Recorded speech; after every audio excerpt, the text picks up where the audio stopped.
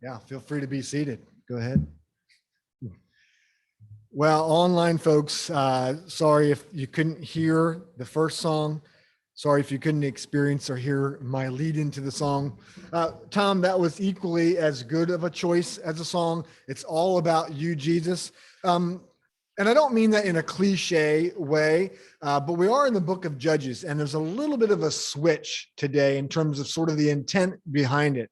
In the text today, sort of my emphasis for today is it really is all about Jesus. So there's a little bit more, and what I mean by that is it's a little bit more of a personal challenge to us and an invitation to us to be about and for Jesus versus for ourselves. So we're going to kind of look at a little bit more of the mission of the church versus just Judges. So if you're a note taker, there's plenty of papers there in front of you. If you don't have a pen, pen's outside. And again, welcome online and feel free to take notes. So the title of today is Poverty, Pain, and Purpose. Ultimately, that's going to look like other people's poverty and pain around us really is our purpose, meaning that's what God is calling us to be about, their poverty and their pain. But here we go. Next judge, this is Gideon. If there's any judge we know about, it's probably Gideon and Samson, right? So Gideon, I'm trying to think like top 10 favorite judges, right? He's one of them. And so we'll kind of dive in here. Lord, we pray that you, Holy Spirit, would discern and interpret for us what's going on in this text for us today, and would you be lifted on high. All right, here we go. Judges chapter 6, verses 1 through 16. And we're going to kind of take it easy on you. The last paragraph we're going to actually teach on next Sunday. It had 3 points. You got those emailed to you. We're just going to cover 2. I was looking at the sermon this morning thinking, oh my goodness, way too much fire hydrant here. We're just going to give a drink of water instead of a waterfall of water. But here we go. The Israelites, and no surprise here, the Israelites did what was evil in the sight of the Lord. And the Lord gave them into the hand of Midian for 7 years. The hand of Midian prevailed over Israel, and because of Midian, the Israelites provided for themselves hiding places in the mountains, caves, and strongholds. For whenever the Israelites put in seed, the Midianites and the Amalekites and the people of the east would come up against them. They would encamp against them and destroy the produce of the land as far as the neighbor of Gaza. If you're wondering how far that is, it's a really long way. That's from Israel all the way back over to Egypt. And they would leave no sustenance in Israel and no sheep or ox or donkey. For they and their livestock would come, and they would even bring their tents as thick as locusts. Neither they nor their camels could be counted. And so they wasted the land as they came in. Thus, Israel was greatly impoverished because of Midian, and the Israelites cried out to the Lord for help. Let me pause there for a second. I have read this every day of this week. And for some reason, as I read it out loud again, I just think about how miserable and difficult and suffering of the circumstances. This is hard life living. Verse 7, when the Israelites cried out to the Lord on account of the Midianites, the Lord sent a prophet to the Israelites, and he said to them, thus says the Lord, the God of Israel, I led you up out from Egypt and brought you out of the house of slavery. And I delivered you from the hands of the Egyptians and from the hand of all who oppressed you. And I drove them out before you, and I gave you their land. And I said to you, I'm the Lord your God. You shall not pay reverence to the God of the Amorites, in whose land you live. But you've not given heed to my voice. Now, the angel, that's kind of like a definition of why they're in trouble right now, because of their own decision making. Verse 11, now the angel of the Lord came and sat under the oak of Oprah, which belonged to Joash the Abiezrite. And his son Gideon was beating out wheat in the winepress to hide it from the Midianites. The angel of the Lord appeared to him and said to him, the Lord is with you, you mighty warrior. And Gideon answered, but sir, if the Lord is with us, why then has all of this happened to us?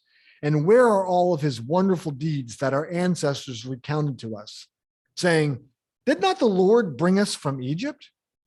But now the Lord has cast us off and given us into the hand of Midian. And then the Lord turned to him and said, go in this might of yours and deliver Israel from the hand of Midian. I hereby commission you. He responded, but sir, how can I deliver Israel? My clan is the weakest in Manasseh, and I am of the least in my family. So he's like double weak. And the Lord said to him, but I will be with you, and you shall strike down the Midianites, every single one of them. And that's the good news of the Lord. Even though there's battle and warfare and hardship, it's still the good news of the Lord.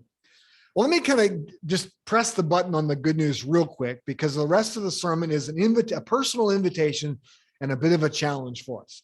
So the good news in this story is that when we're suffering, when we're struggling, when there's hardship, by 100% fault of our own or by fault of everything around us, God is immediately right there. Whether it was 18 years with Ehud, whether it was 20 years with Deborah, or whether it's 7 years with Gideon and the Midianites, God is right there as soon as we call out.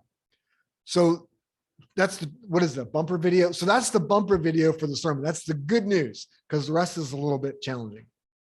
So again, first point of this is there's poverty all around us.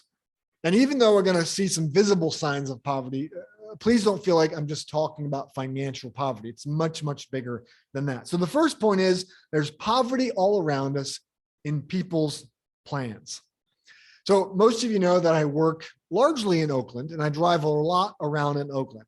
And if you've ever read the paper, or you've been to Oakland, or you hear on media, Oakland has a real homeless problem. And as I drive around in almost all of my routes, I find myself getting frustrated, angry, and really bothered by all of the trash and mess that homeless people leave.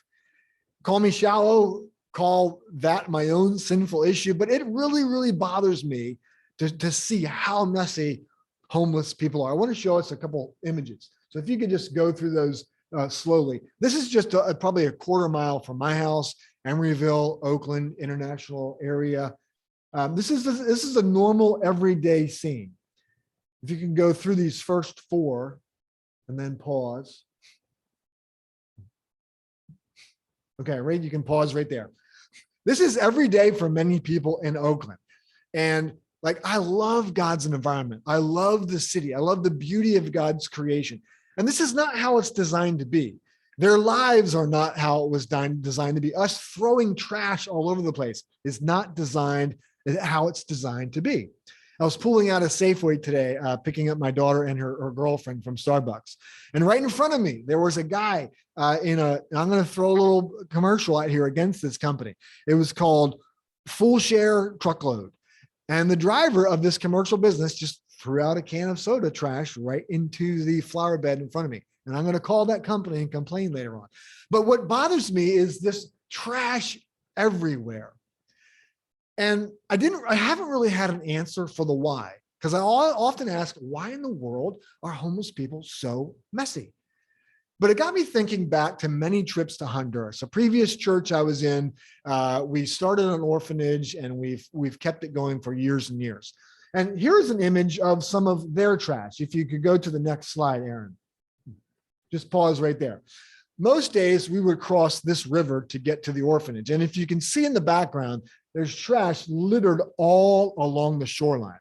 Can you go to the next slide? It's a little bit of a closer view, I think. Yeah, so that's an example of just litter, people throwing their trash, it flowing down the stream and sticking to the sides. And there are thousands and thousands of people living in squalor, and there's just trash everywhere. And it really bothered me again. And I had no idea why people would just live like this. And so we asked one of the native leaders, what is the story with why people don't fix up their shack or care better for their kids or just clean up trash around them? And this may seem like a really simple issue for me to wrestle with, and you feel like maybe I need to get over it. But here's what they said, though. There's no need to pick up after themselves because there's no hope at all for tomorrow. Like, why in the world change anything around me when I'm living for just today? Does that make sense? Why clean up my yard? Why dress my kid better? Why clean up the neighborhood? So for the homeless people in Oakland, why in the world would I ever worry about the trash around me when I've got no hope for the future? So for me, this has become an example of living a life of hopelessness, like a poverty of plans.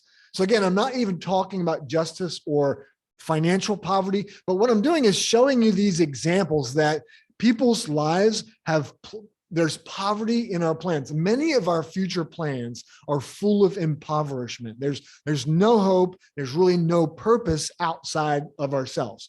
Therefore, everything around us is a symptom of sort of these impoverished plans we have, just like an emptiness for the future.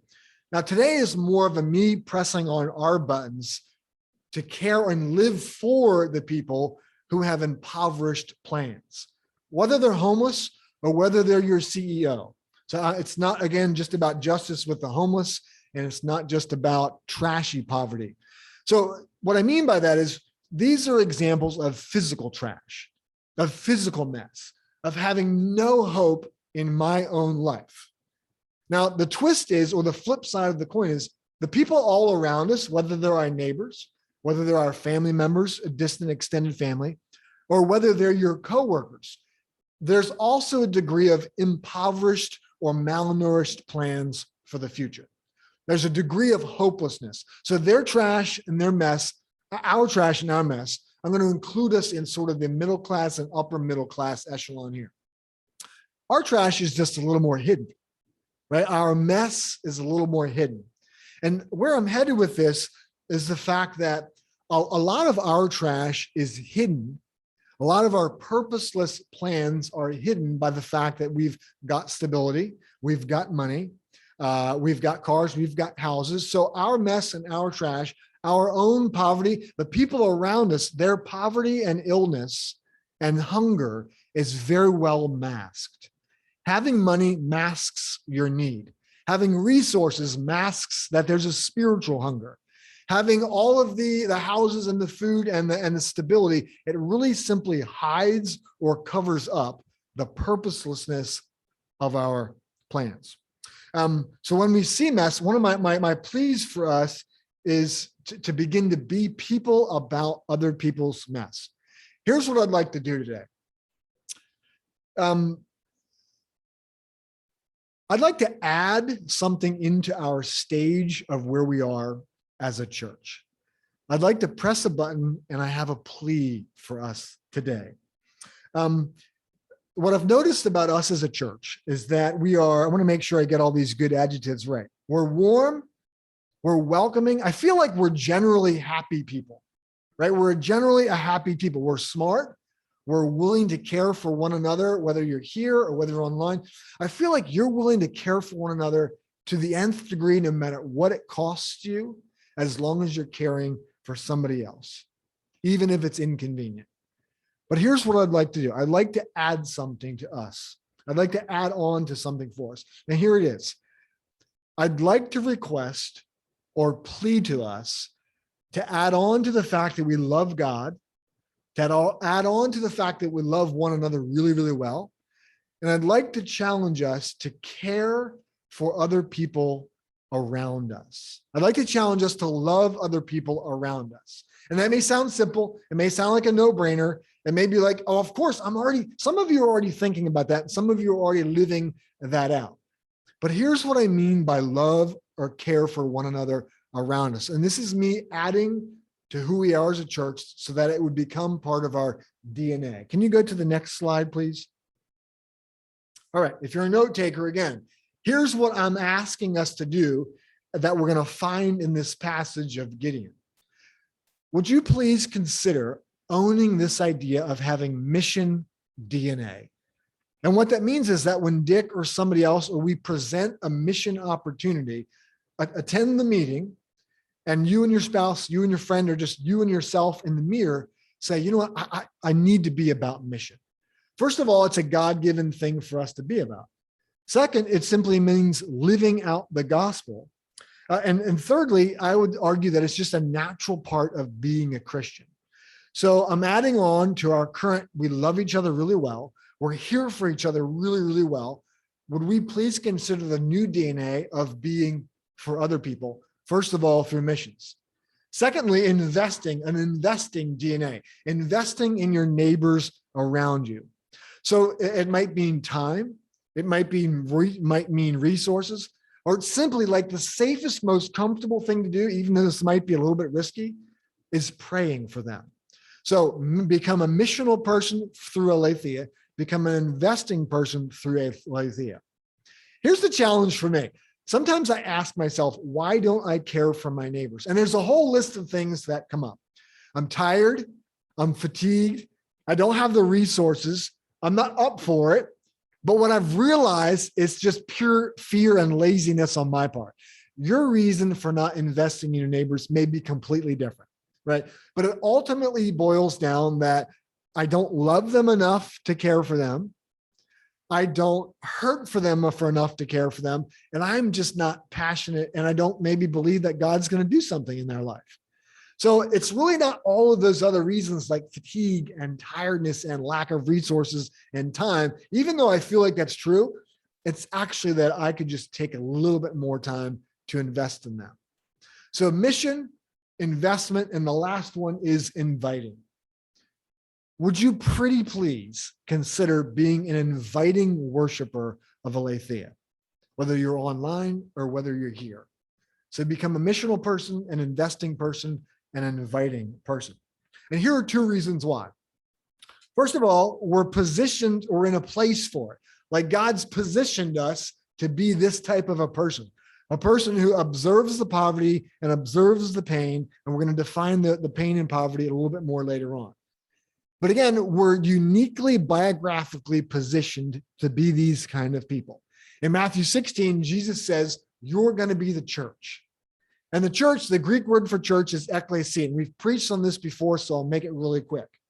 Ultimately, what God is saying as the ekklesia, he borrows this word from the Greek culture, which meant all of the senators and the caregivers. If you think of Star Wars, if you think of Gladiator, like in Star Wars, the room, the big stadium where the bad guy is kind of like the preacher. Please don't point me in that picture, but I forget the main Sith, right? He's in senator costume and he's preaching to all of the senators there. Or in Gladiator, please tell me, is it Russell Crowe? Like when Russell Crowe is going up against said people, the government and the senators are the ones who are in charge of the city. And so ultimately in the Greek culture, the ekklesia or the senators were the people who were given the authority to govern and care for all the people. Ultimately, the word senator was synonymous with the word steward. So the senators were the stewards of the city. So when Jesus says you're the church, he's saying you're the senators of the people, certainly not politically, please don't get me wrong, but he's saying ultimately as the ekklesia, as the senators, you're the stewards for the people. You're responsible as the church for caring for their poverty, their pain, and their future. So that's one of the reasons why I'm asking us to be missional, investing, and inviting. The second reason is simply we're surrounded by poverty and pain. And there's a dramatic need to help people. So when we experience people with poverty of the soul, poverty in life, any form of disharmony, I'm asking you to consider to respond. So verse 1, chapter 6, verse 1. Gideon and God come to Israel in poverty and pain. Look at this. Thank you. The Israelites did what was evil in the sight of the Lord, and the Lord gave them into the hand of Midian for 7 years. So this is still point number one, sort of the poverty of people. Ultimately, what the Israelites do is whatever they want. Like they're doing what's evil in the sight of the Lord. They're doing what feels good. They're doing whatever serves their need, what they see as helpful to them, what feels right to their senses. And they're also saying, this is my right to do whatever I want. What I'm kind of getting at is that's a poverty mindset. They're doing whatever they want, and it's sabotaging and robbing them of what God has for them. Pardon me if you don't feel like this is true. I feel like doing whatever we want for ourselves is one of the benchmarks of the East Bay. Again, what I'm trying to do is paint a picture of the people around you. But if this is somehow speaking about you, feel free to own that. But I'm trying to paint a picture of all the people around us so that we can be moved for their poverty and their pain. One of the problems is the people around us also have poverty in their plans. The plans are not life-giving, they're actually life-sucking. What the Israelites were doing was life-sucking. All of their decisions really led them downhill, and it sabotaged what they're doing.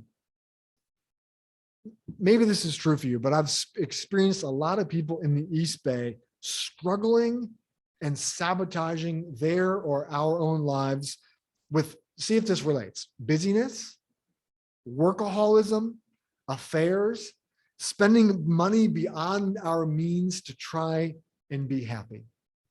So again, part of my plea today, number one, is just, can we begin to be aware of people's poverty? Again, not even trash, not even homelessness, but how are the people around us impoverished by our plans? We want this, and that, but it's kind of empty calories. It's malnourishment. And how do we play a role in engaging in their poverty? We've all been shaped with a God-sized void. And only God can fill that void. And when we try and fill it with other things around us, or when our coworkers and employers, our neighbors, when they fill it with something other than God, again, it leaves us malnourished. And God is saying, senators, stewards, I have given you the menu, I've given you the resources, all of the diet your neighbors need. Would you please feed them? All right, point number two is, in addition to the people's poverty, there's tons of pain. Not only are our coworkers and neighbors and extended family experiencing poverty because we're not running with the plans of God, there's a bit of pain that goes along with this. In the story, God visits Gideon because Israel is in pain. And Jesus would say, church, would you please visit your neighbors and your coworkers because they're in pain? Look at verse 2. The hand of Midian prevailed over Israel. And because of the Midianites, the Israelites provided for themselves. Let's pause there. The word provided does not mean, oh, this is great, let's provide ourselves. They had to search out caves in the hills. So they searched out caves in the hills for whenever the Israelites put in seed, the Midianites and the Amalekites, they came against them, and they would encamp and destroy the produce of the land. And they did this for 7 years. We know that God has promised the Israelites, all of Canaan was supposed to be a land free of oppression. But we see here they're in 7 years of oppression. We also know that God said, I'm going to provide you plenty of food. But we see here that the Midianites, the Amalekites, and everybody else from the east would swoop in every year at harvest time. Like all of their work that they've done, like, farmers, they plan all year long for what? Harvest time. This is what they were an agricultural group. This is what the Israelites lived for, was for farming, or their farming helped them live. So at the end of every year, these enemies would swoop in and they would eliminate everything the Israelites had produced for themselves. Not only the food, but the donkey, the ox, and the cattle. So everything they lived for. This is kind of like us, at the end of every single year, someone from your neighborhood or someone from another country comes and totally withdraws all of your savings. Everything you put in that bank for the year is gone. Not only that, but they take all the profits from your stocks, any renovations, any developments you did to your house. Like, just imagine putting on brand new Tesla solar panels. Every year you do that. And every year someone comes and steals them and rips off your roof. Okay? And they take your new car and they rip up all the sod or all of the artificial turf you put in your front yard, right?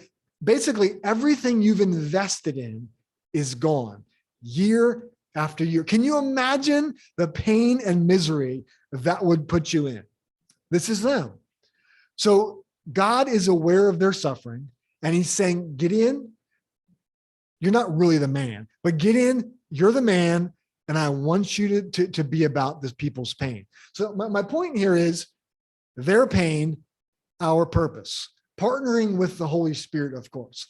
So the pain of your neighbors, the pain of your CEO, the pain of your employees, I'm asking us, I'm pleading for us to be a church that says We love each other really well, but I want to be on mission. I want to be on investment, and I want to be on inviting, because there's people who are in poverty and there's people who are in pain. So kind of just continuing to walk through this. The people around us, and would you kind of just get a picture in your mind of one person or 5 people you interact with on a daily basis? Just kind of get a picture in your mind. For me, that's the 10 people in my immediate neighborhood. There's 5 couples that I think about. One of the challenges that I hinted at earlier is that people in poverty around us, even if they make 7 figures a year or 6 figures a year, part of the challenge is that people who are full, people who have all of their needs met, just have not yet met their need. You follow me? They don't yet see the need.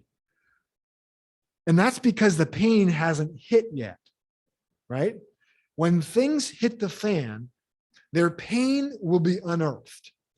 And they're going to realize that they don't have any platform to stand on, no roots in the ground, no power beyond themselves, no thing to help them.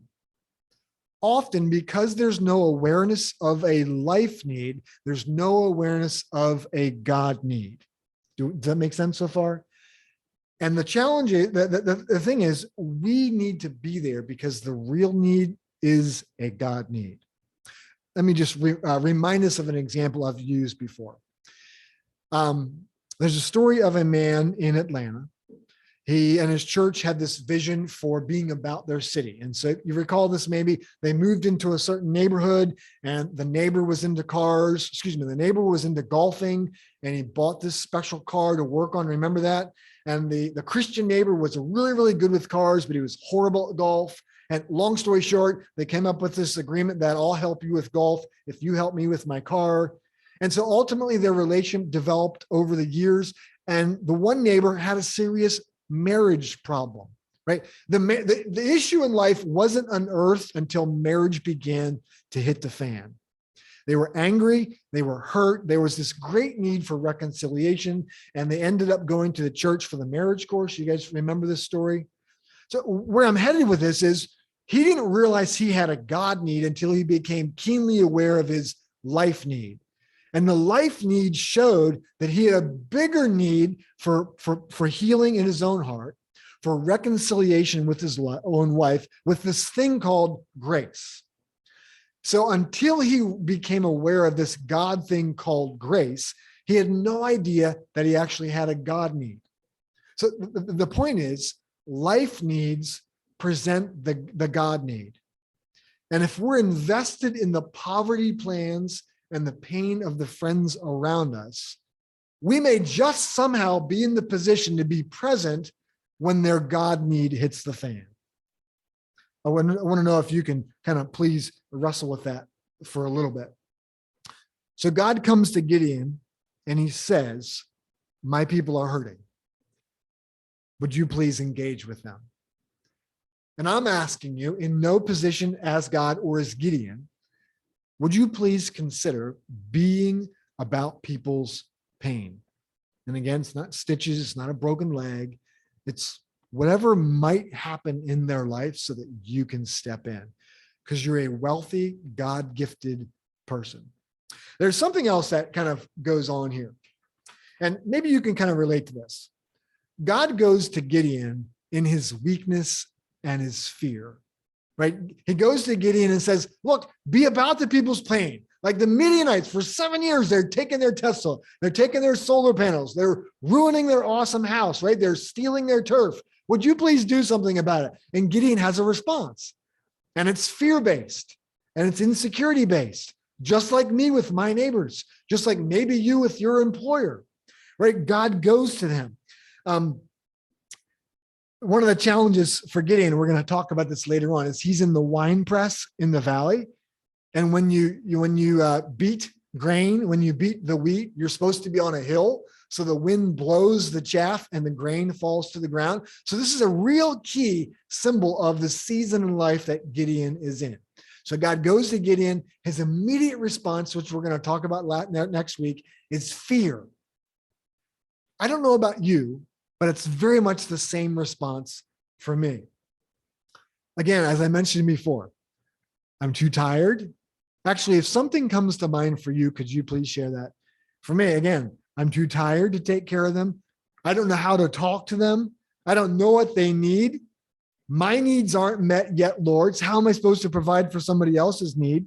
I don't have resources to share. What can I possibly do?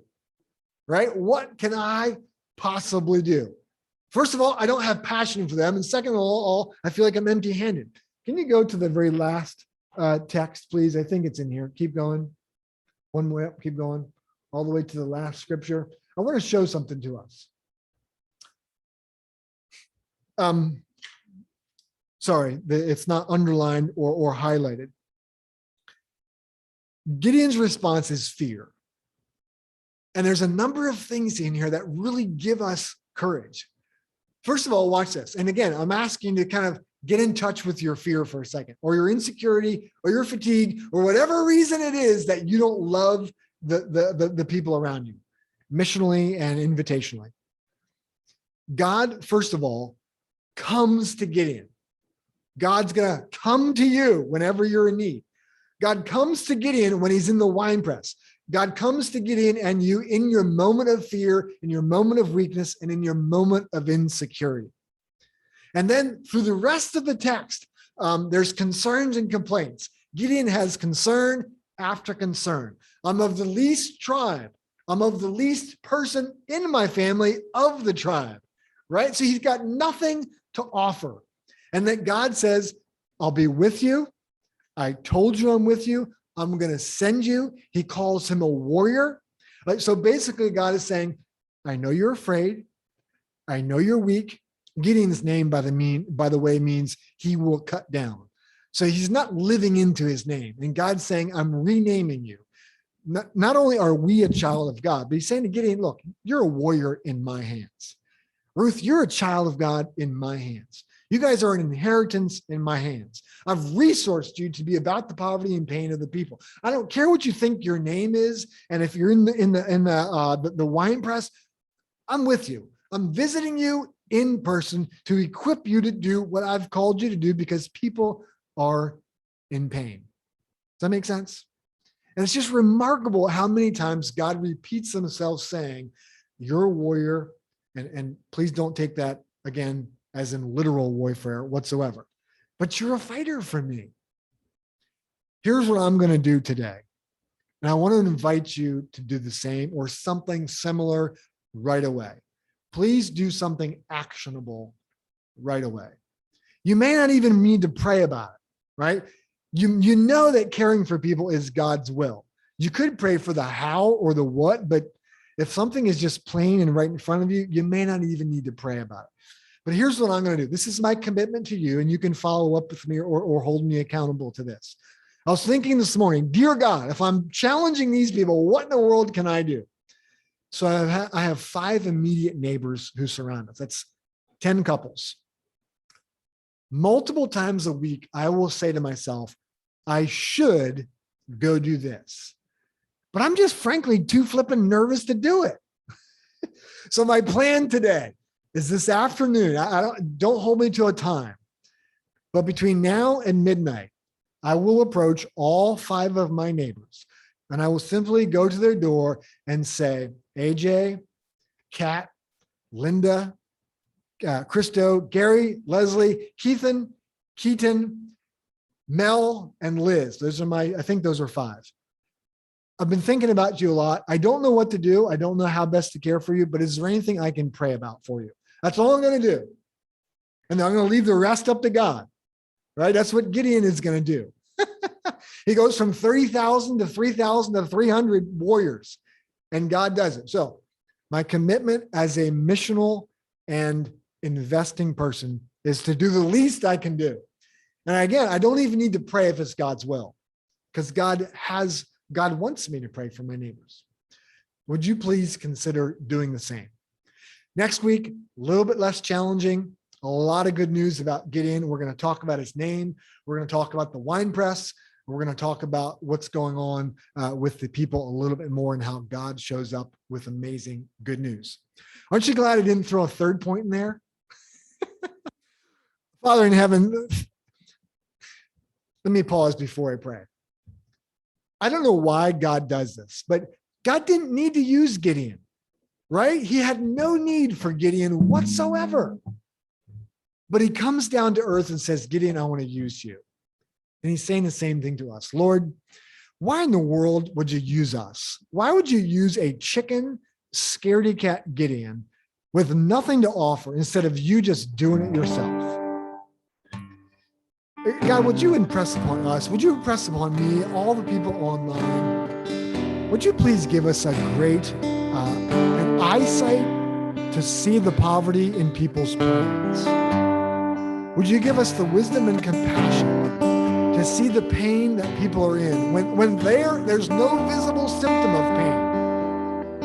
We know that we need you. We know that there's a God-shaped void just for you. And when things hit the fan for the people in our networks, they're going to feel it. They're going to feel a God need. Would you move in us to be investors? Whatever I've said today, Lord, would you somehow fertilize it? Would you multiply it? I know it's not the most colorful or maybe even engaging sermon, but would you impress upon us your heart's desire? Lord, we need you. We need you to wreck and redeem our own lives and renew us. But Lord, I need you. We need you to help us bless and care for the people around us because they are malnourished. It's not a third world or a developing world, but our CEOs and millionaires are still malnourished. Would you help us be good news people? In Jesus' name, amen.